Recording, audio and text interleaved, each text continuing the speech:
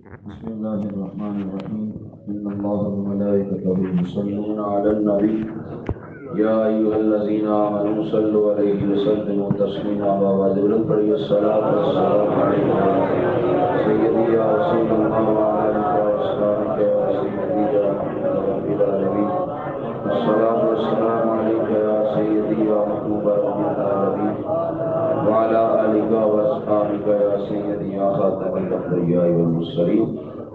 آج 6 رمضان المبارک ہے اور آج کی لحاظ سے جو موضوع ہے وہ ہے اخلاق النبی صلی اللہ علیہ وسلم اور ہمارا معاشرہ۔ اللہ رب العزت نے اپنے محبوب دو عالم صلی اللہ علیہ وسلم کے اخلاق حسنہ کو یوں بیان کیا۔ اللہ فرماتا ہے انک لعلی خلق عظیم، حبیب آپ اخلاق کے بڑے عظیم مرتبے پہ فائز ہیں۔ رسول پاک صلی اللہ علیہ وسلم سے پوچھا گیا آقا آپ بتائیے گا مل پھر آقا نیکی کیا ہے؟ میرے آقا اسلام فرماتے ہیں حسن الخلق، اچھا اخلاق یہ نیکی ہے۔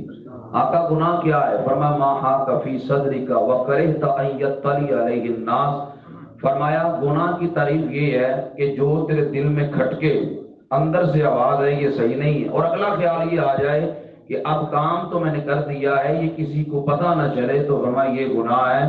نبی علیہ السلام فرماتے ہیں کثرت کے ساتھ جنت کے اندر جس عمل کی وجہ سے لوگ جائیں گے وہ اچھا اخلاق ہے۔ فرمایا اچھا اخلاق کی وجہ سے لوگ کثرت کے ساتھ جنت میں جائیں گے۔ اور پھر نبی علیہ السلام فرماتے ہیں قیامت کے دن جنت میں میرے قریب وہ ہوگا جس کا اخلاق اچھا ہے۔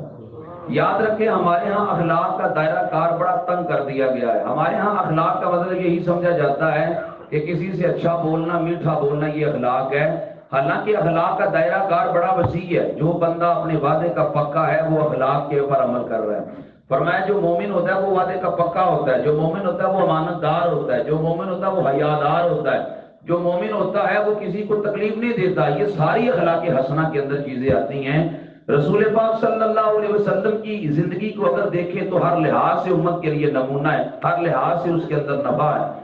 حضرت انس بن مالک رضی اللہ تعالیٰ عنہ کہتے ہیں کہ جب نبی علیہ السلام مدینہ شریف میں تشریف لائے تو لوگ نبی علیہ السلام کی بارگاہ میں جاتے، تحائف پیش کرتے۔ نبی علیہ السلام نے فرمایا تحفہ دیا کرو، اس سے محبت بڑھتی ہے۔ تو حضرت انس بن مالک کہتے ہیں جب نبی علیہ السلام مدینہ شریف میں آئے تو لوگ نبی علیہ السلام کو تحفہ دینے کے لیے جاتے۔ حضرت انس بن مالک کہتے ہیں میری اماں ام سلیم سوچنے لگی ہر بندہ اور ہر عورت نبی علیہ السلام کو تحفہ جا کر پیش کر رہی ہے، میرے پاس تو کوئی ایسی چیز نہیں ہے جو میں جا کر نبی علیہ السلام کو بطور تحفہ پیش کروں، تو میں کیا کروں؟ حضرت ام سلیم کہتی ہیں اور تو کوئی شے نظر نہ آئی۔ میں نے کہا اور کچھ نہیں ہے، بیٹا تو ہے نا، تو میں اپنے بیٹے کو لے جاتی ہوں۔ انس بن مالک کہتا ہے میری ماں نے مجھے پکڑا، نبی علیہ السلام کی بارگاہ میں لے آئی، آقا اور تو کوئی چیز میرے پاس ظاہر نہیں ہے، آقا یہ اپنا بیٹا بطور تحفہ آپ کی سپرد کرتی ہے، آقا یہ آپ کی خدمت کرے گا۔ حضرت انس بن مالک کہتے ہیں آج بھی علماء کہتے ہیں آج بھی تم اپنا بیٹا نبی علیہ السلام کو بطور تحفہ پیش کر سکتے ہیں۔ اس کا طریقہ کار کیا ہے؟ آج بھی حضور کو بطور تحفہ اپنا بیٹا پیش کرنا، اس کا طریقہ کار کیا ہے؟ فرمایا تم اپنا بیٹا دین کو دے دو تو یہ حضور اس کو قبول فرما دیں۔ حضرت ام سلیم نے اپنا بیٹا دین کو دیا تھا نا، میرے آقا نے جب قبول کیا کیا پھر عظیم مقام و مرتبہ ملا۔ میرے نبی علیہ السلام نے پھر دعا کی یا اللہ انس بن مالک کے مال میں بھی برکت دے، یا اللہ اس کی اولاد میں بھی برکت دے۔ انس بن مالک کہتے ہیں پھر مال میں برکت تو ایسے تھی کہ لوگوں کا پھل سال میں 1 بار ہوتا، میرے باغ میں پھل 2 بار ہوتا، اور فرماتے ہیں میری نسلیں میری زندگی میں سینکڑوں تک پہنچ گئی، یعنی بیٹے اور پوتیاں ڈال کے 100 تک پہنچ گئی، تو یہ اولاد میں برکت تھی۔ حضرت انس بن مالک کہتے ہیں پھر میں نے 10 سال نبی علیہ السلام کی خدمت کی۔ کسی بندے کا علم لگانا ہو یہ کس انداز کا ہے، اس کا معاملہ کیا ہے، اس کا اخلاق کیسا ہے؟ فرمایا یہاں تو اس کو قرضہ دے کے دیکھ لو یا اس کے ساتھ تم صبر کر کے دیکھ لو۔ حضرت انس بن مالک کہتے ہیں میں 2 سال نہیں 10 سال نبی علیہ السلام کے پاس رہا، نبی علیہ السلام نے نہ مجھے کبھی جھڑکا نہ مجھے نبی۔ حضرت انس بن مالک کہتے ہیں نبی علیہ السلام نے مجھے کسی کام کے لیے ایک دن بھیجا، میں رستے میں کھڑا ہو گیا، بچوں سے کھیلنے لگا، بچپنا تھا۔ انس بن مالک کہتے ہیں اتنے میں میری ماں آ گئی، ماں فرمانے لگی انس کیوں یہاں پہ کھیل رہے ہو؟ تو حضرت انس بن مالک کہتے ہیں چلے اماں جی میں ابھی گھر نہیں آؤں گا۔ ماں کہنے لگی کیوں نہیں آؤں گا؟ انس بن مالک کہتے ہیں مجھے نبی علیہ السلام نے کسی کام کے لیے بھیجا ہے، میں کام کر کے تو آؤں گا۔ انس بن مالک کہتے ہیں میری ماں کہنے لگی بیٹا کیا کام کرنے جا رہے ہو نبی علیہ السلام کا؟ تو حضرت انس بن مالک کہتا ہے یہ راز ہے، یہ راز کسی کو نہیں بتاؤں گا، یہ راز ہے۔ ماں کہنے لگی بیٹا راز ہے تو پھر چھپا کے رکھنا۔ جب نبی علیہ السلام کا راز ہے تو مجھے کیا کسی کو بھی نبی نے بتانا. انس بن مالک کہتا میں نے 10 سال میں نبی علیہ السلام کا پھر اخلاق دیکھا، نہ کبھی جھڑکا، نہ نبی علیہ السلام نے مجھے یہ کہا تو نے کیوں کیا، نہ کہا یہ کیوں نہیں کیا. حضرت انس بن مالک کہتا میں نے 10 سال نبی علیہ السلام کی یہ رویہ دیکھا. حضرت معاویہ بن حکم کہتے ہیں میں نبی علیہ السلام کے ساتھ نماز پڑھ رہا تھا. دیکھیں میرے آقا علیہ السلام کی اخلاق کریمہ کتنے خوبصورت ہے، اور میرے آقا علیہ السلام کا اخلاق کے لحاظ سے انداز تبلیغ بھی دیکھے. معاویہ بن حکم کہتے ہیں میں نبی علیہ السلام کے ساتھ نماز پڑھ رہا تھا، نماز میں کسی بندے کو چھینک آ گئی. حضرت معاویہ بن حکم کہتے ہیں جب نماز میں کسی کو چھینک آئی، فتویٰ لگانا بڑا آسان ہے کہ لوگوں کو علم نہیں ہے، فتویٰ لگانا بڑا آسان ہے کہ لوگ بے ادب ہے، فتویٰ لگانا بڑا آسان ہے کہ جہالت بڑی عام ہے. تو میں نے کہا فتویٰ لگانے سے پہلے میرے سمیت ہر ایک کو سوچنا چاہیے اگر جہالت بڑی عام ہے تو ہم نے خاتمے کے لیے محنت کتنی کی ہے، اگر لوگ بے ادب ہیں تو ہم نے ادب سکھانے کے لیے محنت کتنی کی ہے، اگر لوگوں کو نماز جنازہ نہیں آتا تو ہم نے سکھانے کے لیے محنت کتنی کی ہے. دیکھے یہ رسول پاک علیہ السلام کی سیرت پاک، میرے آقا علیہ السلام نے جو محنت فرمائی ہے وہ قابل غور ہے.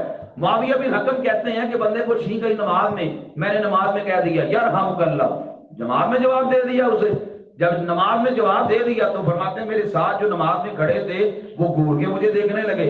گور کے دیکھنے کا مطلب یہ تم کیا کر رہے ہو، نماز کے اندر یہ چیز جائز نہیں ہے.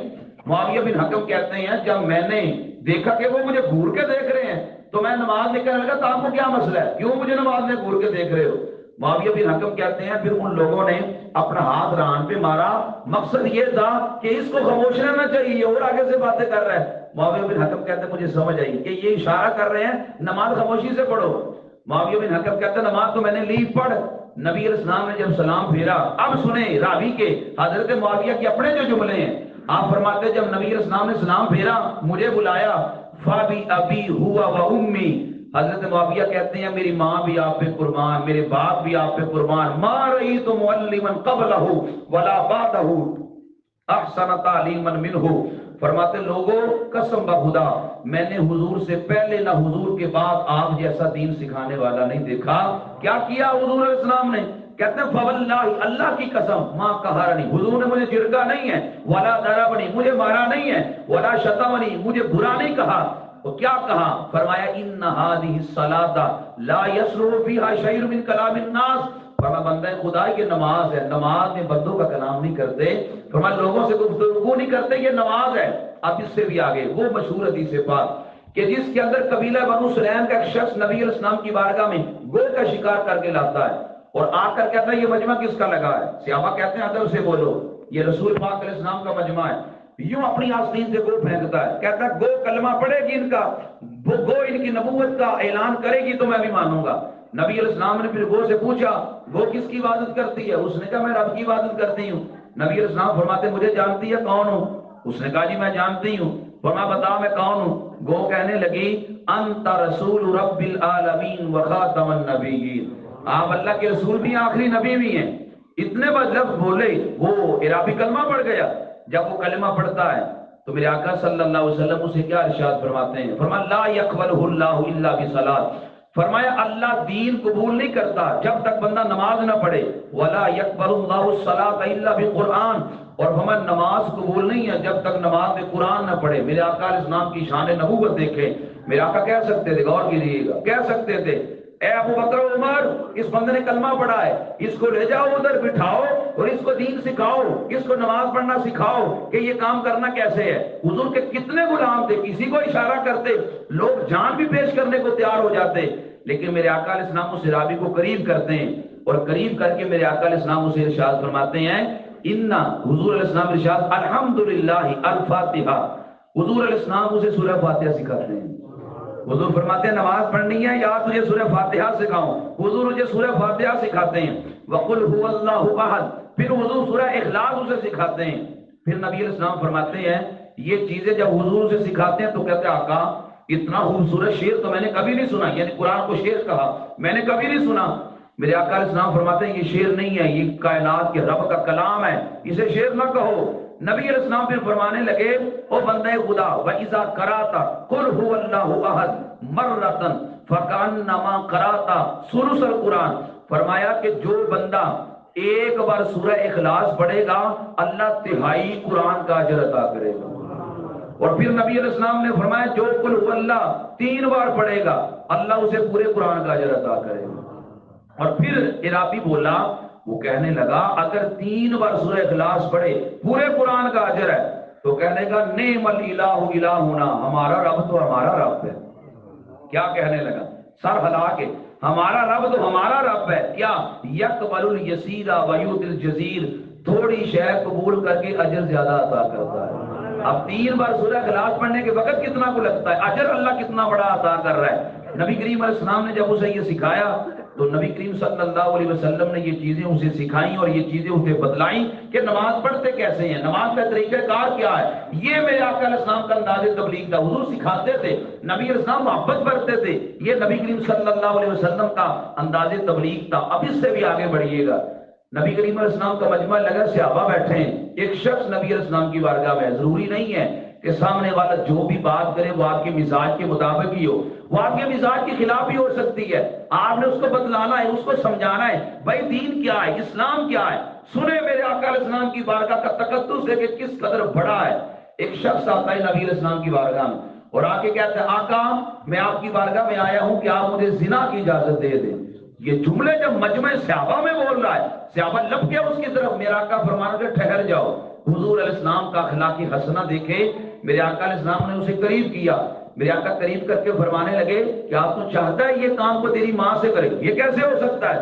فرمایا تو جس کے ساتھ کرے گا وہ بھی کسی کی ماں ہوگی۔ پھر فرمایا کیا تو چاہتا ہے کہ تیری بہن کے ساتھ وہ یہ کرے؟ آقا یہ کیسے ہو سکتا ہے؟ فرمایا تو جس کے ساتھ کرے گا کسی کی بہن ہوگی۔ صحابہ کہتے ہیں حضور علیہ السلام نے پوری بات سمجھائی، وہ کہنے لگا آقا میں اپنے نظریے سے توبہ کر تو آئندہ کبھی یہ ارادہ نہیں کروں گا۔ میرے آقا علیہ السلام کا اخلاق کتنا خوبصورت تھا۔ میرے آقا سمجھ، آج بیٹا غلطی کرے چھوٹا یا بیٹی گھر میں غلطی کرے تو ماں ایک بار برداشت کر کے دوسری بار تھپڑ منہ پہ مارتی ہے۔ میں اگلے دن ایک ریسرچ پڑھ رہا تھا کہ ماں باپ جب بچے کی غلطی پہ اس کو مارتے ہیں تو مارنے کا یہ مطلب ہے بچہ جیت گیا، ماں باپ ہار گئے۔ مار سے بچہ نہیں سیکھتا، اس کو سمجھائیں، اس کو وقت دیں، اس کو بتائیں بیٹا یہ جو اپنی گالی نکالی ہے یہ اچھا نہیں ہے، یہ گناہ ہے، یہ جرم ہے، یہ دین ہمارا پسند نہیں کرتا۔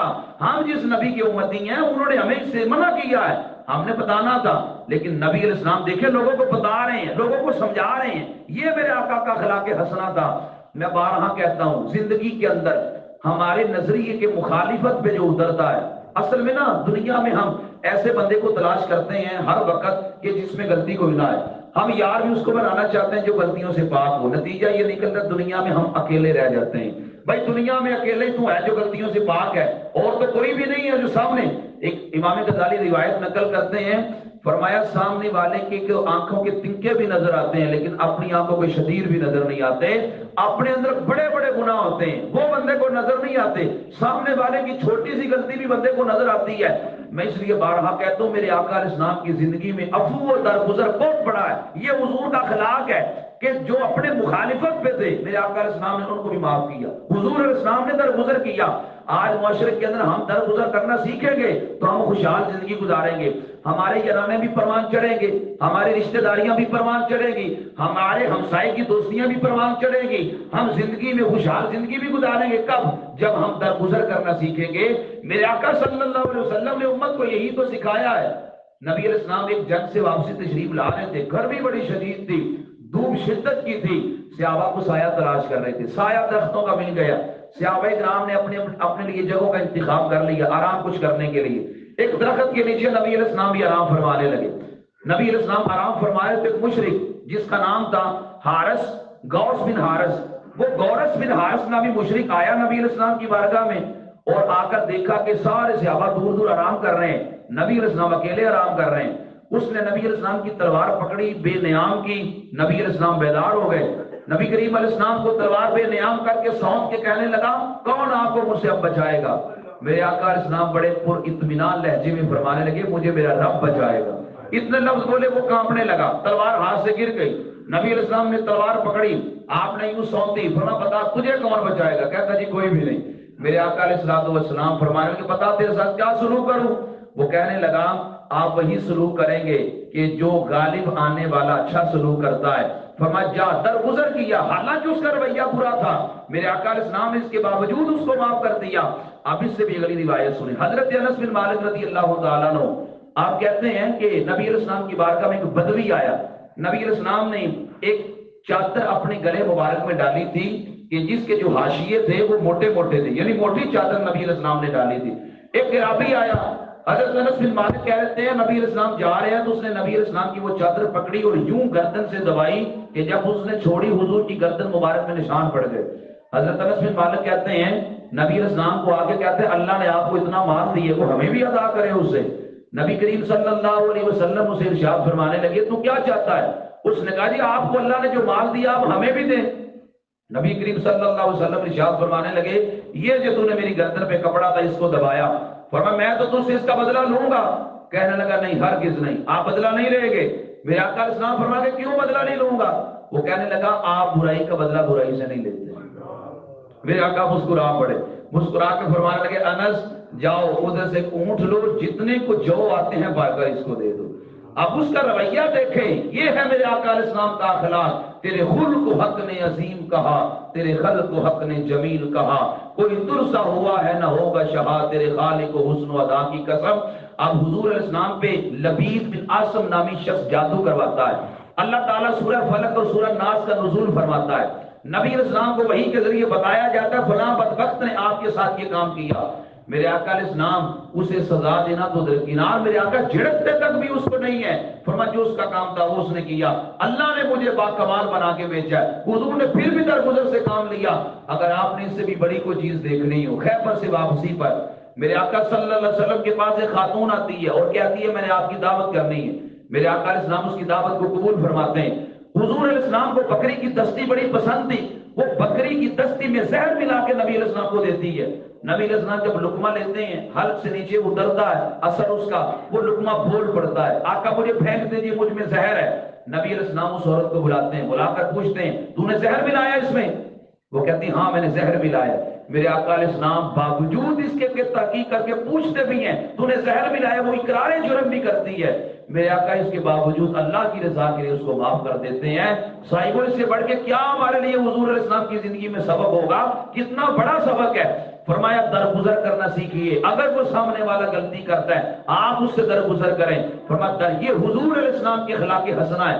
یہاں تو بھائی بھائی کا چھوٹا سا جھگڑا ہو جائے اور وہ کہتا نہیں اس کو میرے جنازے میں بھی نہ بلانا، یہ نہ آئے ہمارے گھر میں، بس چھوڑ دیں، جدائی ڈال دیں. بچوں کو کہہ رہے ہوتے ہیں اپنے چاچا سے نہ ملا کرو، ماں اپنی بیٹیوں کو کہہ رہی ہوتی ہے خالہ سے نہ ملا کرو، نہ اس کو کال کیا کرو، تعلق ختم کر دو. یعنی چھوٹی سی بات، بڑے بڑے معاملات جب ہم درگزر کے دامن کو چھوڑتے ہیں پھر حالات بگڑتے ہیں، پھر نظام بگڑتا ہے. اس لیے میرے آقا صلی اللہ علیہ وسلم نے فتح مکہ کے موقع پر عام معافی کا اعلان کر دیا. تو یہ درگزر کرنا سیکھے، یہ حضور علیہ السلام کا اخلاق حسنہ ہے. جب بندہ درگزر کرنا سیکھتا ہے پھر بھی حسن ہوتا معاشرے میں، پھر یہ رشتے پروان چڑھتے ہیں، پھر معاشرے کے اندر انقلاب آتا ہے. تو اللہ نے اپنے محبوب کے اخلاق حسنہ کو یوں ہی بیان کیا. حبیب آپ اخلاق کے بڑے عظیم مرتبے پہ فائد ہیں. وہ عثمان بن طلحہ میرے آقا علیہ السلام اسے کہنے لگے تیرے پاس مکہ کی چابی ہے، کعبۃ اللہ کی چابی ہے، دے مجھے، میں اندر جا کے نفل پڑھنا چاہتا ہوں. وہ کہنے لگا ہر ایک کو اندر جانے کی اجازت دے سکتا ہوں سوائے آپ کے. میرے آقا فرمانے لگے مسکرا کے پھر وہ کیسا منظر ہوگا جب کعبۃ اللہ کی چابیاں میرے پاس ہوگی؟ کہنے لگا ہم ذلیل ہو جائیں گے. فرمایا اللہ اسلام کو غلبہ عطا کرے گا. وقت گزر گیا، 8-9 سال کے بعد مکہ فتح ہوا. سب لوگ گردن چکا کے کھڑے ہیں، انہی میں عثمان بن طلحہ بھی ہے. میرے آقا فرما رہے کہاں ہے عثمان بن طلحہ؟ عثمان بن طلحہ کے ہاتھ کانپتے ہیں، ہاتھ کے اندر چابی ہے کعبۃ اللہ کی، آگے بڑھ کر حضور کے ہاتھ پہ رکھتا ہے. میرے آقا فرما رہے کہ میں نے نہیں کہا تھا اللہ یہ چابیاں اپنے نبی کو عطا کرے گا؟ آج وہ وقت آن پہنچا ہے. نبی کریم علیہ السلام جب یہ کہتے ہیں تو حضرت عباس آگے بڑھتے ہیں، حضور کے سگے چاچا، آقا یہ کعبۃ اللہ کی چابیاں مجھے اگر عطا کرے یہ میرے لیے اعزاز ہے. میرے آقا فرمانے لگے عثمان بن طلحہ قریب آؤ، آج سے پہلے چابیاں تیرے پاس تھیں تو قیامت تک تیری نسل میں رہیں گی. میرے آقا علیہ السلام نے کمال اخلاق کا مظاہرہ کرتے چابیاں بھی دے دی، اشارہ بھی کر دیا تیری نسل قیامت تک چلے گی. اور لطف کی بات یہ ہے 14 صدیاں گزر چکی ہیں، آج بھی حضرت عثمان بن طلحہ کی نسل میں وہ چابیاں چل رہی ہیں، آج بھی ان کی نسل میں یہ چیز جاری ہے. تو یہ میرے آقا نے یہ نہیں ہے کہ جو میری مخالفت پہ ہے اب میری اس کے ساتھ جنگ ہے، جس نے میرے خلاف بات کی ہے میں اس کو نہیں چھوڑوں گا. بلکہ حضرت امام حسن بصری کے بارے میں ملتا ہے آپ کا ایک مخالف تھا، وہ آپ کی غیبت بڑی کرتا تھا، آپ اسے تحائف بھیجتے تھے، تحفہ بھیجتے تھے. وقت آیا اس نے کہا یار میں کتنی غیبت کرتا ہوں، وہ مجھے تحفے بھیجتے ہیں، اس نے محبت کرنی شروع کر دی، آپ نے تحفے بھیجنے چھوڑ دی۔ اس نے امام حسن بصری کو پیغام بھیجا کہ آپ پہلے میں آپ کی مخالفت کرتا تھا، آپ مجھے تحفے بھیجتے تھے، میں نے مخالفت کرنا چھوڑ دی، آپ نے مجھے تحفے بھیجنے چھوڑ دیے۔ آپ فرماتے کہ پہلے تو میری غیبت کرتا تھا، تیری نیکیاں مجھے ملتی تھی، میں بدلے میں تجھے تحفہ دیتا تھا، اب تیری نیکیاں مجھے نہیں ملتی، میں کیوں تجھے اس طرح تحفہ دوں؟ تو فرمایا اگر کوئی مخالفت کرتا ہے سوچ بڑی کرے، یہ چھوٹی سوچ کے جو لوگ ہیں معاشرے میں بگاڑ پہ، سوچ بڑی کرے، یا کوئی بات نہیں۔ میں نے معاشرے میں دیکھا ہے لوگ اپنے نالی سے کچرا نکال کر سائڈ پہ اگر ڈال دیا تو بندہ کہتا ہے یہ تو میرا ڈرائنگ روم تھا، یہ تو میرا گھر تھا، یہ تو میرا دروازہ، تم نے کیوں کیا؟ نہیں، یہ تم نے میرے گھر کے اوپر یہ کچرا کیوں پھینکا ہے، تم نے یہ کیوں کیا، تم نے یہ چھوٹی چھوٹی باتوں پہ اتنے بڑے جھگڑے۔ یہ آپ کے یہ ایک علاقے کی بات ہے، اسی تحصیل کی، کہ چھوٹے بچوں کا جھگڑا ہے، بات اتنی بڑی ہے کہ بڑے 4-5 لوگوں کو فائر لگ گئے۔ اب اس لیے اگر ہم چھوٹی چھوٹی باتوں، دانا لوگ کیا کرتے ہیں، اگر اپنا بیٹا کسی کا بیٹا بھی غلطی کرے تو ڈانٹتے اپنے بیٹے کو ہے، تو نے کیوں ایسے کیا ہے۔ یہ دنائی نہیں ہے کہ اگر آپ کے بیٹے کا جھگڑا ہو گیا تو آپ کا بیٹا حق پہ ہی ہے، چونکہ وہ آپ کا بیٹا ہے لہذا وہ تو حق پہ ہی ہوگا، ایسا نہیں۔ اگر آپ اس کو سمجھائیں گے، آج اس کی تربیت کریں گے، وہ سمجھے گا۔ اگر آپ آج اس کی تربیت نہیں کریں گے، وہ اس میں تو اور بگاڑ پیدا ہو جائے، اور دلیری پیدا ہو جائے گی کہ مجھے تو برے کام میں بھی سپورٹ کرنے والے بڑے ہیں۔ آج ہم اپنی اولاد کے اخلاق کو سنواریں گے، انشاءاللہ معاشرے میں حسن پیدا ہوگا۔ اللہ مجھے اور آپ کو اپنے اخلاق کو سنوارنے کی توفیق عطا فرمائے۔ کل انشاءاللہ نزید جو